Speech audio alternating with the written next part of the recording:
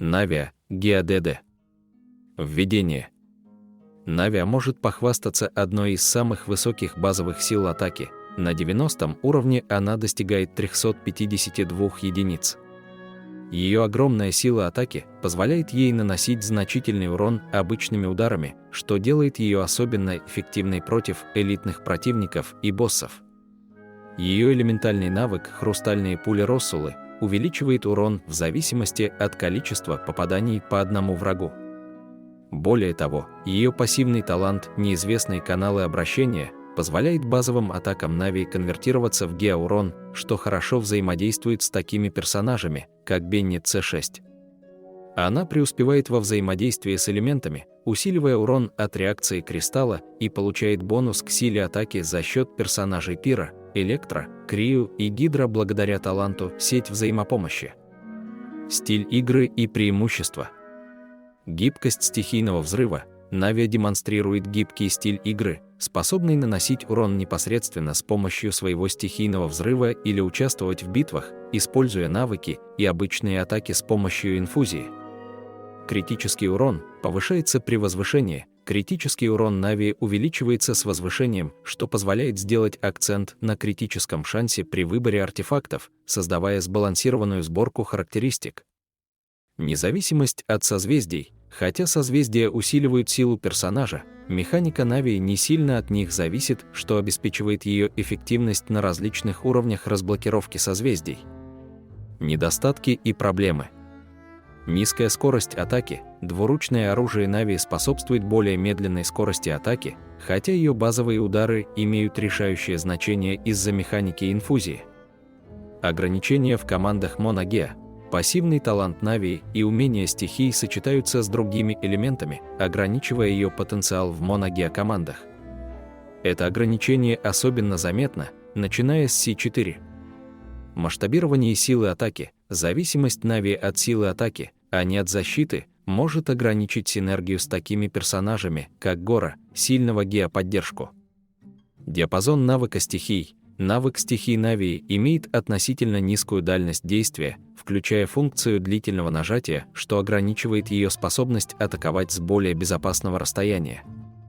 Предлагаемое значение характеристик.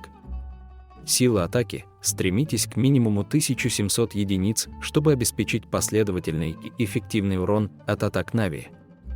Шанс критического удара и критический урон.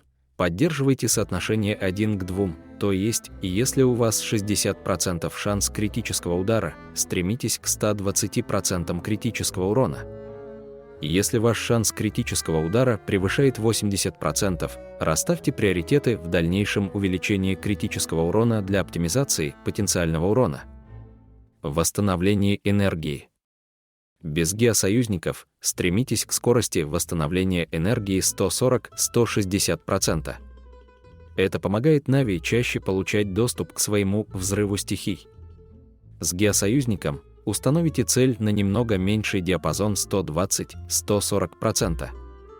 Выбор оружия для Навии.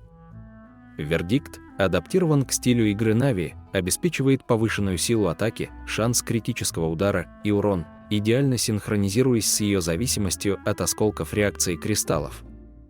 Меч драконьей кости – хороший вариант из боевого пропуска, предлагающий повышенный шанс критического удара и урон. Даже когда Навия не активна, он остается отличным выбором из-за его высоких характеристик. Никованный обеспечивает существенное увеличение силы атаки и сохраняет положительные эффекты под щитом, что соответствует зависимости Навии от кристальных щитов, подходящих как для коротких, так и для длительных сражений. Волчья погибель обеспечивает значительную силу атаки, немного уступающую Никованному, но его пассивная способность требует нанесения урона врагам с низким уровнем здоровья, что делает его более ситуативным. Краснорогий камнеруб может похвастаться чрезвычайно высоким критическим уроном, но компенсируется более низкой базовой атакой, которая потенциально смягчается пассивкой или при помощи Беннета или Сары. Небесное величие, высокий базовый урон, повышенное восстановление энергии и дополнительный урон от неосязаемого клинка после стихийных взрывов или базовых атак. Магический супермеч высшего владыки из ивента, предлагающее восстановление энергии и значительную силу атаки с полным пробуждением. Тень волны — созданное оружие, для активации которого требуется целитель в команде. Черногорская бритва наносит значительный урон, особенно после убийства врага, обеспечивая заметное усиление атаки и увеличение критического урона. Однако его пассивка не активируется против боссов. Лучшие варианты артефактов. Ночной шепот в лесу откликающегося эха, 4 предмета, сигнатурный набор Нави, увеличивающий силу атаки и геоэлементальный урон. Эффект 4 частей значительно усиливает урон, даже если Нави не на поле боя, так как щит от реакции гео всегда остается на активном персонаже. Конец гладиатора или архаичный камень или золотая труппа, 2+2 альтернативный вариант, если нет предыдущего набора.